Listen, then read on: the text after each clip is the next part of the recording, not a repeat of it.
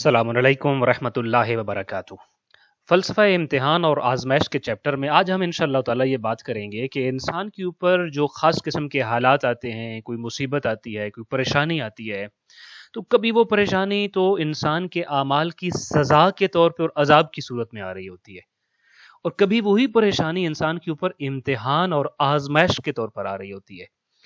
انسان کو سزا کے مرحلے سے گزارا جا رہا ہو یا امتحان کے مرحلے سے گزارا جا رہا ہو، دونوں مرحلے ہی مشکل میں ہوتے ہیں اور مصیبت میں انسان گرفتار ہوتا ہے۔ یہ کیسے پتہ چلے گا کہ میرے اوپر آنے والی مصیبت آیا میرے اعمال کی سزا کے طور پہ آئی ہوئی ہے، یا پھر میرے اوپر آنے والے یہ خاص حالات من بابل آزمائش اور امتحان میرے اوپر آئے ہوئے ہیں؟ ان دونوں میں ہم ڈفرینشیٹ کیسے کریں گے؟ چونکہ بظاہر سامنے نظر آنے میں تو یہ دونوں ایک طرح کے حالات ہیں، اور دونوں ہی مشکل اور کٹھن قسم کے حالات ہوتے ہیں اور مصیبتوں بھرے اور مشکلات بھرے حالات ہوتے ہیں۔ تو کون سے حالات سزا کے طور پر انسان کے اوپر آتے ہیں؟ اس کے اعمال کی سزا، اس کے کرتوتوں کی سزا، اس کے گناہوں کی سزا اور عذاب کی صورت میں، اور کون سی وہ مصیبت ہے جو آزمائش اور امتحان کے طور پر آتی ہے، سزا کے طور پر نہیں بلکہ انسان کے ایمان کے درجات کو بلند کرنے کے لیے آتی ہے؟ ان دونوں میں فرق کیا ہے؟ لہٰذا اس موضوع پہ وارد ہونے سے پہلے ہمیں یہ سمجھنا چاہیے کہ انسان کے اوپر جو مصیبتیں آتی ہیں اور مشکلات آتی ہیں، ان کی دو چیپٹرز ہیں یا دو کیٹیگریز ہیں۔ پہلا چیپٹر، جو پہلی کیٹیگری وہ ہے کہ وہ مصیبتیں جو انسان کے لیے اس کے اعمال کی سزا ہوتی ہیں اور عذاب کی صورت میں اس کے اوپر نازل ہوتی ہیں۔ مثلا قرآن مجید میں سورہ النساء ورس نمبر 79 میں ارشاد ہوتا ہے کہ وَمَا أَصَابَكَ مِن سَيِّئَةٍ فَمِن نَفْسِكَ، کہ جو کچھ تمہیں برائی، تکلیف یا آزمائش پہنچتی ہے تو وہ تمہارے اپنے سبب سے ہوتی ہے۔ فَمِن نَفْسِكَ، تمہارے سبب تم کو پہنچتی ہے، تمہارے ہاتھوں کی کمائی ہوتی ہے، تمہارے اعمال کی وجہ سے وہ تمہارے اوپر مصیبت آ رہی ہوتی ہے۔ پھر اسی طریقے سے ایک اور جگہ سورہ الشورى میں ورس نمبر 30 میں ارشاد ہوتا ہے کہ وَمَا أَصَابَكُم مِّن مُّصِيبَةٍ فَبِمَا كَسَبَتْ أَيْدِيكُمْ، تمہارے اوپر جو مصیبتیں آ رہی ہوتی ہیں، جو مشکلات آ رہی ہوتی ہیں، وہ تمہارے اپنے ہاتھوں کی کمائی ہوتی ہیں۔ اور جبکہ سورہ الروم ورس نمبر 41 میں یہ ارشاد ہوتا ہے کہ ظَهَرَ الْفَسَادُ فِي الْبَرِّ وَالْبَحْرِ، یعنی بحر و بر میں، یعنی خشکی و تری میں لوگوں کی بدعمالیوں کے سبب فساد پھیل گیا ہے۔ کیوں پھیل گیا یہ فساد؟ بیما کسبت ایدی الناس، لوگوں کی کمائی کی وجہ سے، یعنی لوگوں کے اعمال کی وجہ سے، لوگوں کے کرتوتوں کی وجہ سے۔ کسی بھی معاشرے میں، کسی بھی جگہ پر جب لوگوں میں بے چینی، اضطراب، مصیبت، فساد برپا ہوتا ہے تو قرآن یہ کہتا ہے کہ اس کا سبب لوگوں کے اعمال ہیں، لوگوں کے کرتوت ہیں، لوگوں کی سوچ ہے اور ان کا عمل ہے۔ اور ایسا کیوں ہوتا ہے؟ اسی آیا میں الروم 41 کے اندر یہ ارشاد ہوا لِيُذِيقَهُمْ بَعْضَ الَّذِي عَمِلُوا، اللہ ان کو ان فساد میں اور ان مشکلات میں کیوں مبتلا کرتا ہے؟ تاکہ اللہ ان کو ان کے بعض برے اعمال کا مزہ چکھائے اور ان کے برے اعمال کی سزا دکھائے۔ کیوں؟ لعلہم یرجعون، تاکہ وہ لوگ باز آ جائیں، برے کام کرنے سے باز آ جائیں۔ تو قرآن مجید کی یہ 3 آیات جو میں نے ابھی آپ کے سامنے تلاوت کی ہیں، یہ 3 آیات یہ بتاتی ہیں کہ انسان جب زندگی میں کبھی کوئی گناہ کر بیٹھتا ہے، اس سے غلطی ہوتی ہے اور معصیت کا ارتکاب کرتا ہے اور نیگیٹیوٹی کا شکار ہو جاتا ہے، تو خالق کائنات کی طرف سے اس کو متوجہ کرنے کے لیے، اس کو روکنے کے لیے اور اس کو اس چیز سے واپس لانے کے لیے اللہ کی طرف سے پھر اس کے اوپر سزا اور عذاب کی صورت میں مصیبتیں آتی ہیں۔ مقصد کیا ہوتا ہے؟ لعلہم یرجعون، تاکہ یہ لوگ اپنے ان حرکتوں سے باز آ جائیں۔ ایک چیپٹر یہ ہے۔ امیر المومنین حضرت علی ابن ابی طالب علیہ الصلوۃ والسلام نبی کریم صلی اللہ علیہ وآلہ وسلم سے ورس نمبر 79 النساء، جس کو بھی ہم نے پڑھا ہے، اس کے بارے میں ایک روایت نقل کرتے ہیں کہ نبی کریم صلی اللہ علیہ وآلہ وسلم نے فرمایا کہ خیر آیت فی کتاب اللہ ہذہ الآیہ، یعنی یہ آیا جو کہ النساء کی ورس نمبر 79 ہے، یہ پورے قرآن مجید میں سب سے بہترین آیت ہے، چونکہ یہ لوگوں کو بتا رہی ہے کہ تمہارے اعمال کی وجہ سے تمہارے اوپر مصیبتیں آتی ہیں، سزا کے طور پر آتی ہیں، عذاب کی صورت میں آتی ہیں۔ اور پھر بلکہ اسی روایت میں الفاظ یہ ہیں کہ یا علی ما من خدش عود ولا نکبت قدم الا بذنب، کہ انسان کی زندگی میں انسان کے جسم پر کوئی خراش بھی نہیں آتی اور نہ ہی کبھی اس کا کوئی قدم لڑکھڑاتا ہے اور اس کے قدموں میں لڑکھڑات پیدا ہوتی ہے، مگر یہ کہ اس کے انجام دیے گئے گناہوں کی وجہ سے۔ یعنی اتنی مائنر اور اتنی چھوٹی سی تکلیف، نارملی ہمارے بدن پہ خارش ہوئی، کسی جگہ کوہنی لگ گئی، ہلکی سی خراش آ گئی ہاتھ پہ، پاؤں پہ، جسم کے کسی بھی حصے پہ، یا چلتے چلتے قدم لڑکھڑا گیا، صرف لڑکھڑائے، آپ جو ہے وہ آپ کا بیلنس جو ہے وہ برقرار نہیں رکھ سکیں، تو نبی کریم صلی اللہ علیہ وآلہ وسلم کی وہ حدیث جس کو امیر المومنین روایت کر رہے ہیں، اس میں آپ فرماتے ہیں کہ یہ اس کے قدموں میں لڑکھڑاہٹ کا پیدا ہونا، بیلنس لوز کر جانا یا جسم کے اوپر خراش کا آنا، یہ بھی کس کی وجہ سے؟ الا بذنب، اس کے گناہوں کی وجہ سے، اتنی چھوٹی سی سزا چھوٹے سے گناہ کی وجہ سے ہو رہی ہے۔ اور پھر اس روایت کے آخر میں نبی کریم صلی اللہ علیہ وآلہ وسلم نے یہ فرمایا کہ یہ تو ان گناہوں کی وجہ سے یہ چھوٹی چھوٹی چیزیں سرزاد ہو رہی ہوتی ہیں۔ بہت سارے گناہ ایسے ہوتے ہیں کہ جو انسان دنیا میں انجام دیتا ہے مگر پروردگار اس کی اتنی ساری سزا بھی نہیں دیتا اور اس کو دنیا میں ہی معاف کر دیتا ہے۔ کتنے ہی گناہ ایسے ہیں جس کی سزا جسم کے خراش کے طور کے برابر بھی اللہ کی ذات نہیں دیتی، بلکہ اس کو ٹوٹلی معاف کر دیتی ہے۔ قدم لڑکھڑانے کے برابر بھی اس کو سزا نہیں دی جا رہی ہوتی، بلکہ وہ ٹوٹلی معاف کر دیا جا رہا ہوتا ہے۔ تو کتنے ہی گناہ ایسے ہیں جن کی سزا نہیں مل رہی ہوتی اور اللہ کی ذات بغیر سزا کے اس دنیا میں معاف کر رہی ہوتی ہے، بلکہ اس کے بعد تو یہ بھی ارشاد فرمایا کہ قیامت کے دن اللہ جو معاف کرے گا وہ اس کی نسبت کہیں زیادہ بڑے اور کہیں زیادہ بڑی تعداد میں گناہ ہوں گے جن کو اللہ کی ذات قیامت کے دن معاف کر رہی ہوگی۔ اور ہاں، جن کی سزا اللہ نے دے دی ہے اس دنیا میں، چاہے جو بھی چھوٹی سے چھوٹی اور بڑی سے بڑی سزا دی ہو، جس کی سزا اللہ نے اس دنیا میں دے دی ہو، تو اللہ چونکہ عادل ہے تو روز قیامت دوبارہ اپنے اس بندے کو اسی گناہ کی دوبارہ سزا نہیں دے گا۔ فَهُوَ أَعْدَلُ مِنْ أَنْ يُثْنَى عَلَى عَبْدِهِ، وہ عادل ہے، وہ دوبارہ ایک ہی گناہ کی سزا دو بار نہیں دیتا ہوتا۔ جس کی سزا یہاں مل گئی وہ قیامت کے دن نہیں ملے گی۔ نبی کریم صلی اللہ علیہ وآلہ وسلم کی اس فرمان کے مطابق قرآن مجید کی 3 آیات آپ کے سامنے بیان کی ہیں، ان کے مطابق انسان کے اوپر زندگی میں پیش آنے والے کسی بھی قسم کے حالات، پریشانیاں، مصیبتیں اور مشکلات جو ہوتے ہیں وہ انسان کے اعمال کی وجہ سے ہوتے ہیں، اس کے گناہوں کے سبب سے ہوتے ہیں، اس کے کرتوتوں کی وجہ سے ہو رہے ہوتے ہیں۔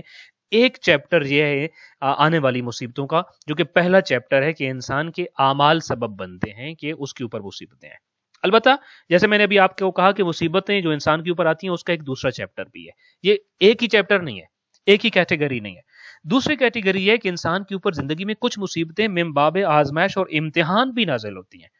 خود قرآن مجید ہی کی آیا اگر آپ کے سامنے بیان کروں، جس میں ارشاد ہوتا ہے کہ وَمَا أَصَابَ مِن مُصِيبَةٍ إِلَّا بِإِذْنِ اللَّهِ، جو بھی مصیبت آتی ہے اللہ کی اذن اور حکم سے آتی ہے۔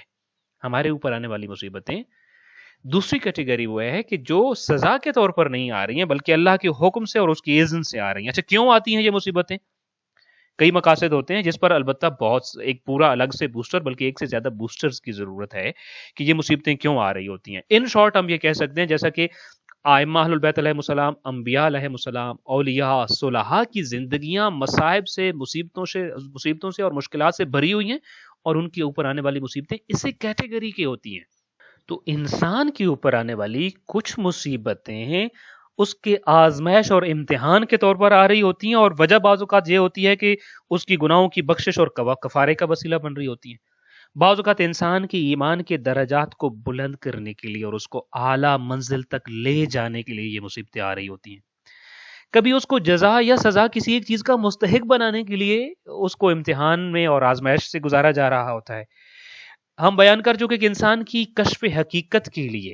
اس کی حقیقت کو لوگوں کے سامنے ظاہر کرنے کے لیے بھی امتحان آ رہا ہوتا ہے اور مصیبت اور آزمائش آ رہی ہوتی ہے۔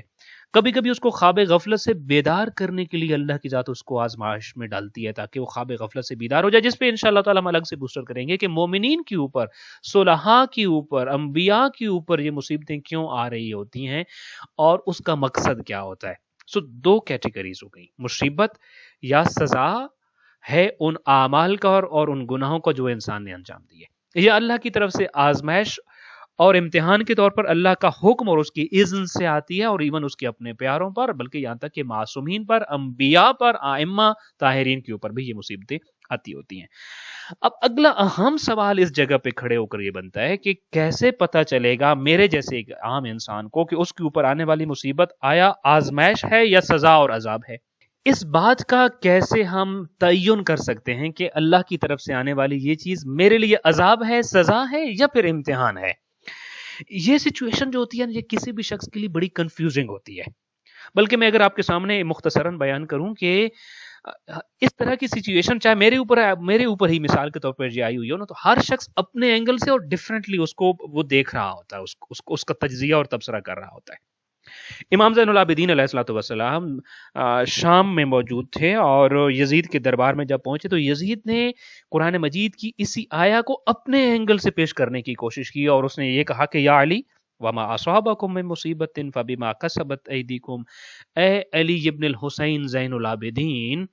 قرآن میں تو یہ آیا ہے نا کہ جو بھی مصیبت تمہارے اوپر آتی ہے فبما کسبت ایدیکم، تو وہ تمہارے اپنے اعمال کا بدلہ ہوتا ہے جو تمہیں دنیا میں مل رہا ہوتا ہے۔ یعنی کیا مطلب؟ یعنی تحریک کربلا کے دوران تمہارے اوپر آنے والی مصیبتیں اور تکلیفیں در حقیقت تمہارے اعمال کا نتیجہ ہیں، ان کا مجھ سے تعلق نہیں ہے بلکہ تمہارے اپنے اعمال کے ساتھ تعلق ہے۔ یہ کنفیوزنگ، میں اس لیے کہا کہ ہر بندہ اپنے اینگل سے دیکھ رہا ہوتا ہے کسی کے اوپر آنے والی آزمائش اور تکلیف کو۔ امام علیہ الصلوۃ والسلام نے فوراً اس کے جواب میں فرمایا کہ نہیں، ایسا نہیں ہے، یہ آیا ہماری شان میں نازل نہیں ہوئی جو تم نے پڑھی ہے، ہماری شان میں نازل ہونے والی آیا دوسری آیا ہے جو کہ سورہ الحدید ورس نمبر 22 اور 23 ہے، جس میں ارشاد یہ ہوتا ہے کہ ما اصاب من مصیبت فی الارض ولا فی انفسکم الا فی کتاب من قبل ان نبرأها، کہ تمہارے اوپر، تمہاری ذات کے اوپر یا پھر زمین کے اوپر کسی بھی قسم کی مصیبت جب نازل ہوتی ہے تو وہ تخلیق سے قبل ہی اللہ نے لوح محفوظ میں لکھ دی تھی۔ اور بے شک یہ بات اللہ کے لیے آسان ہے۔ کیوں لکھ دی تھی؟ کیوں مصیبتیں آ رہی ہوتی ہیں؟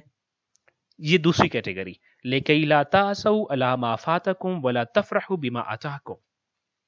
یہ سب اس لیے ہے تاکہ جو چیز تم سے کھو جائے اس پر افسوس نہ کرو،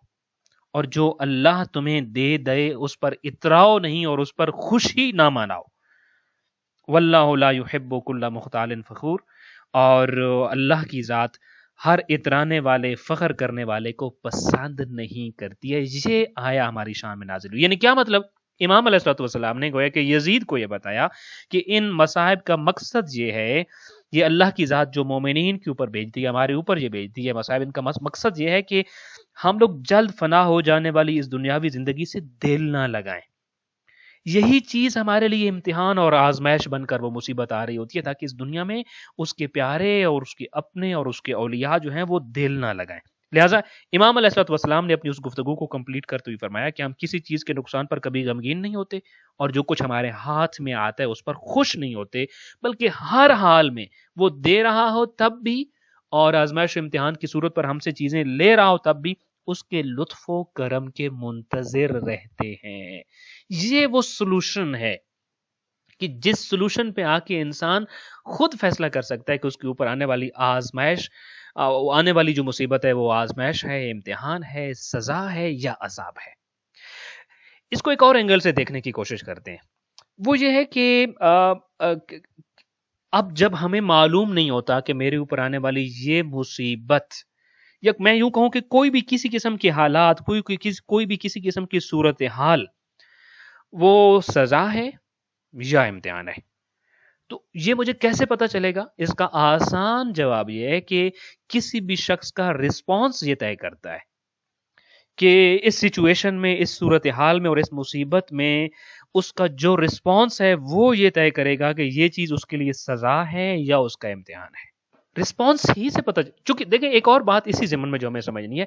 امتحان آنا اہم نہیں ہے کہ میرے اوپر امتحان آ جائے اور میں سمجھوں کہ بس دیٹس اٹ، میرے اوپر امتحان آیا یعنی کہ میں اللہ کا برگزیدہ ہوں اور اللہ اپنے برگزیدوں کے اوپر امتحان بھیجتا ہے، آزمائش بھیجتا ہے۔ اس نے امتحان اس لیے بھیج دیا تاکہ وہ مجھے یہ بتا دے کہ تم میرے پیارے ہو، اور وہ یہی اعلان کرنا چاہتا تھا۔ نہیں، امتحان آنا، آزمائش میں مبتلا کیا جانا، یہ زیادہ امپورٹنٹ بات نہیں ہے۔ فوکسڈ بات یہ ہے، امپورٹنٹ بات یہ ہے کہ اس امتحان اور اس مصیبت میں میرا ری ایکشن کیا ہوتا ہے، چونکہ یہی ری ایکشن طے کرے گا کہ میں کس کیٹیگری میں فال کرتا ہوں، کس کیٹیگری میں کھڑا ہوتا ہوں۔ اگر میرا ریئیکشن یہ ہوا کہ اس امتحان اور اس آزمائش میں جو مصیبت اور جو صورتحال مجھے پیش آئی ہے، اس مصیبت نے، اس صورتحال نے مجھے اللہ سے دور کر دیا اور اللہ سے تعلق میں کمی واقع ہو گئی، تو یہ پھر سزا ہے اور یہ عذاب ہے۔ اور اگر اس مصیبت نے مجھے اللہ سے جوڑ دیا، اس کے قریب کر دیا اور اس سے تعلق مزید بڑھ گیا ہے، تو اس کا مطلب یہ ہے کہ یہ مصیبت میرے لیے آزمائش تھی اور میں اس آزمائش میں کامیاب واقع ہو رہا ہوں۔ اہم ریسپانس ہوتا ہے۔ اچھا، اسی سے ایک اور بات ہم سمجھ سکتے ہیں، یعنی اس کا مطلب یہ ہے کہ عین ممکن ہے کسی کے اوپر ایک چیز سزا کے طور پر آئے، مگر وہ سزا کو اپنے لیے اپرچونٹی سمجھتے ہوئے وہ خدا کے قریب ہو جائے اور اس سزا کو آزمائش میں بدل لے اور اس آزمائش میں اپنے آپ کو کامیاب کر لے۔ مثلا میں مثال دیتا ہوں آپ کو، قوم حضرت یونس پہ سزا نازل ہوئی، عذاب نازل ہوا علیہ الصلوۃ والسلام۔ حضرت یونس علیہ الصلوۃ والسلام کی قوم پر نازل ہونے والے اس عذاب کو اور اس سزا کو اس قوم کے رسپانس نے ایک اپرچونٹی میں بدل دیا، اور انہوں نے اس کو آزمائش اور امتحان میں بدل لیا اس کے رسپانس نے، اور اس آزمائش اور امتحان میں وہ کامیاب بھی ہو گئے۔ اس بات کی گواہی قرآن مجید خود دیتا ہے۔ قرآن جی کہتا ہے کہ متعناہم الی حین، وہ ہم نے سزا بھیجی مگر پھر ہم نے خود مہلت دے دی ایک مخصوص وقت تک کے لیے، ایک وقت تک ہم نے مہلت دے دی، چونکہ انہوں نے اس سزا میں جو رسپانس دیا تھا وہ رسپانس ایسا تھا جو ان کو آزمائش اور امتحان میں اس سزا کو بدل رہا تھا۔ وہ سب خدا کے حضور جھک گئے تھے، توبہ کر لی، استغفار کیا، اجتماعی توبہ اور استغفار کیا ہے۔ بہت اہم یہ ہے، میں نے اس لیے پہلے کہا کہ امتحان کا نازل ہونا یہ کوئی رزلٹ نہیں بتا رہا ہوتا، رزلٹ اس کے بعد آنا ہے اور میرے رسپانس سے آنا ہے۔ لہٰذا عین ممکن ہے کہ ایک چیز عذاب اور سزا کے طور پہ آ رہی ہو اور کوئی فرد یا کوئی قوم اس کو کسی ایسی اپرچونٹی میں بدل لے کہ وہ آزمائش اور امتحان میں بدل لے اور پھر اس آزمائش اور امتحان میں اپنے آپ کو سرخرو اور کامیاب کر کے خدا کا قرب حاصل کر لے اور قریب چلا جائے۔ تو کرائٹیریا تو یہی تھا نا کہ ہمارے اوپر آنے والی مشکل صورتحال اور مشکلات اگر ہمیں خدا کے قریب کر دیتی ہیں تو وہ آزمائش ہیں، اور آزمائش اپنے بندوں پر اللہ کی ذات نازل کرتی ہے۔ سو دا ریسپانس میٹرز، یہ ریسپانس میٹر کرتا ہے۔ جناب ہور کی مثال لے لیجئے، کربلا میں ہور لشکر یزید میں ہے، اور صرف لشکر یزید میں نہیں ہے، لشکر یزید کا کمانڈر ہے، اور عام کمانڈر بھی نہیں ہے بلکہ وہ کمانڈر ہے جس نے آ کے راہ حسین میں رکاوٹ ڈالی ہے، اور امام علیہ الصلوۃ والسلام کو ذو حسن کے مقام سے لے کر شط فرات پہ اور کربلا کے مقام پہ آ کے لا کھڑا کیا اس نے اور یہاں پہ لے آیا ہے۔ اور وہ جو فوج یزید کے لیے یہ کربلا کا واقعہ سزا کے طور پہ تھا، مگر اسی مرد مجاہد نے اس موقع پر اپنے ریاکشن سے یہ طے کیا کہ یہاں لشکر یزید میں ہونا میرے لیے دنیاوی اور اخروی سزا نہیں بنے گا، بلکہ میرے لیے امتحان اور آزمائش میں، اور میں اس امتحان اور آزمائش میں یوں سرخ رو ہوں گا کہ جب کسی نے پریشان حال دیکھا تو جناب ہور کا یہی جواب تھا کہ انی اخیر نفسی بین الجنت والنار، میں ایک دو راہ پہ کھڑا ہوں، ایک طرف جنت ہے اور ایک طرف جہنم ہے، اور خدا کی قسم میں جنت پر کسی چیز کو ترجیح نہیں دوں گا۔ یعنی میرا ریاکشن کیا ہوگا اس مشکل گھڑی میں کہ میں راہ جنت کو نہیں چھوڑوں گا، راہ حسین ابن علی کو نہیں چھوڑوں گا، رکاوٹ ڈالنے کے باوجود لشکر حسین میں کھڑے ہو کے شہادت کو گلے لگا لوں گا۔ کسی بھی جگہ پہ ریاکشن میٹر کرتا ہے۔ عین ممکن ہے کسی کے اوپر ایک عذاب اور سزا نازل ہوئی ہے اور وہ متوجہ ہو کر اس عذاب کو اپنے لیے اللہ کی طرف سے ایک موقع کے طور پر غنیمت بنا کر اور پھر اللہ کے قرب کی منزل کو طے کرتے ہوئے اللہ کے پیاروں اور اس کے اولیاء میں شامل ہو جائے، اور اللہ کی ذات اس کو ایگزامپل بنا دے۔ لہٰذا دو ہی باتیں ہیں جو ہمیں آزمائش اور عذاب میں فرق بتاتی ہیں۔ فرسٹ آف آل ہمارا ریسپانس، ہمارا رد عمل کیا ہے، اس چیز کے اوپر ہمارا رد عمل کیا ہے، ان مشکلات میں ہم نے کیا کیا۔ پہلا فرق یہ ہے کہ اگر کوئی بھی حالات ہمیں خدا سے دور کر دیتے ہیں، تعلق میں کمی آ جاتی ہے، گلا شکوہ آ جاتا ہے، پریشانی اور الجھن آ جاتی ہے، تو سمجھیے یہ حالات میرے لیے سزا بن گئے ہیں۔ اور اگر وہی حالات، واقعات اور مصیبت اللہ کے قریب کر دیتی ہے، قرب پیدا کر دیتی ہے، اللہ سے تعلق مزید جوڑ دیتی ہے، اللہ سے تعلق میں چاشنی اور لطف اور لذت آ جاتی ہے، تو یہی چیز آزمائش ہے، اور اس آزمائش میں آپ پھر کامیاب جا رہے ہیں۔ وہ مصیبت جس کے اوپر عذاب اور سزا کے طور پر نازل ہوتی ہے، وہ انسان عبرت بن جاتا ہے، جیسے فرعون ہے، جیسے قارون ہے، جیسے تاریخ بھری پڑی ہے ان لوگوں سے جو مقام عبرت بنے ہیں۔ اور جس شخص کو یہ حالات اور مصیبتیں اور مشکلات آزمائش اور امتحان کے طور پر دیے گئے اور اس نے اس آزمائش میں کامیابی حاصل کی ہے، تو وہ انسان مثال بن جاتا ہے۔ جناب ابراہیم کو دیکھ لیجئے، مثال بنے ہیں۔ جناب موسیٰ کو دیکھ لیجئے، مشکلات آئیں جناب ایوب اور جناب یعقوب کو دیکھ لیجیے، انبیاء اور ائمہ کو دیکھ لیجیے، صلحاء کو دیکھ لیجیے، اولیاء کو دیکھ لیجیے، یہی جناب حر علیہ الصلوۃ والسلام کو دیکھ لیجیے۔ مشکلات آنے کے بعد کچھ لوگ ایسے ہیں کہ جو اپنے ری ایکشن سے حتتن کہنا ہوتا ہے اور حنتتن کہہ کر قوم بنی اسرائیل بن جاتے ہیں اور 40 سال تک بھٹکے رہتے ہیں، اور موسیٰ جیسے نبی ان کو نیل سے پار لے جا کر بھی ان کی ری ایکشنز ان کو اللہ کی پسندیدہ قوم کی کیٹیگری سے نکال کر ان کے اوپر من و سلوہ نازل ہونے کے باوجود بھی ان کا ری ایکشن ان کو سزا یافتہ مجرم بنا دیتا ہے۔ اور کچھ لوگ ایسے ہیں جو امام وقت کے مقابل میں آ کر لشکر یزید کے کمانڈر بن کر بھی ایک ری ایکشن سے اپنے آپ کو ایک آزمائش میں اور ایک امتحان میں مبتلا دیکھتے ہیں، اور پھر وہ فیصلہ کرتے ہیں جو اس آزمائش اور امتحان میں سرخ رو لوگ کرتے ہیں، اور پھر قیامت تک کے لیے ہمیشہ ہمیشہ کے لیے کربلا کے ان شہیدوں میں شامل ہو جاتے ہیں کہ جن کے بارے میں امام حسین علیہ السلام نے فرمایا کہ جو اصحاب اور جو شہداء میرے ہم رکاب یہاں موجود ہیں، یہ میرے بابا علی کو بھی نہیں ملے، میرے نانا رسول خدا صلی اللہ علیہ وآلہ وسلم کو بھی نہیں ملے۔ زندگی میں کبھی بھی کوئی پریشانی آتی ہے تو ہمیں کیا اس پہ ری ایکشن کرنا ہے، اس پہ انشاءاللہ تعالیٰ میں متوجہ ہونا ہوگا، اور یہ ذہن میں رکھنا ہوگا کہ میں اس حالت میں جو ری ایکشن کر رہا ہوں وہ مجھے ایک ناکام لوگوں کی فہرست میں بھی کھڑا کر سکتا ہے، سزا یافتہ لوگوں کی فہرست میں بھی کھڑا کر سکتا ہے، اور کامیاب اور آزمائے ہوئے لوگوں کی فہرست میں بھی کھڑا کر سکتا ہے۔ دعا ہے خالق کائنات زندگی میں آنے والے تمام مصائب، مشکلات، آزمائشوں، امتحانات میں، ابتلا کی گھڑیوں میں ہمیں ثابت قدم رہنے کی توفیق عطا فرمائے، خدا کی طرف متوجہ ہونے کی توفیق عطا فرمائے، اپنے آپ کو محضر خدا میں حالت امتحان میں تصور کرنے اور دیکھنے کی ہمت اور توفیق نصیب فرمائے، اور پھر اس لمحے میں حضرت حر جیسے بریو اور دلیرانہ فیصلے کرنے کی توفیق عطا فرمائے۔ السلام علیکم ورحمۃ اللہ وبرکاتہ۔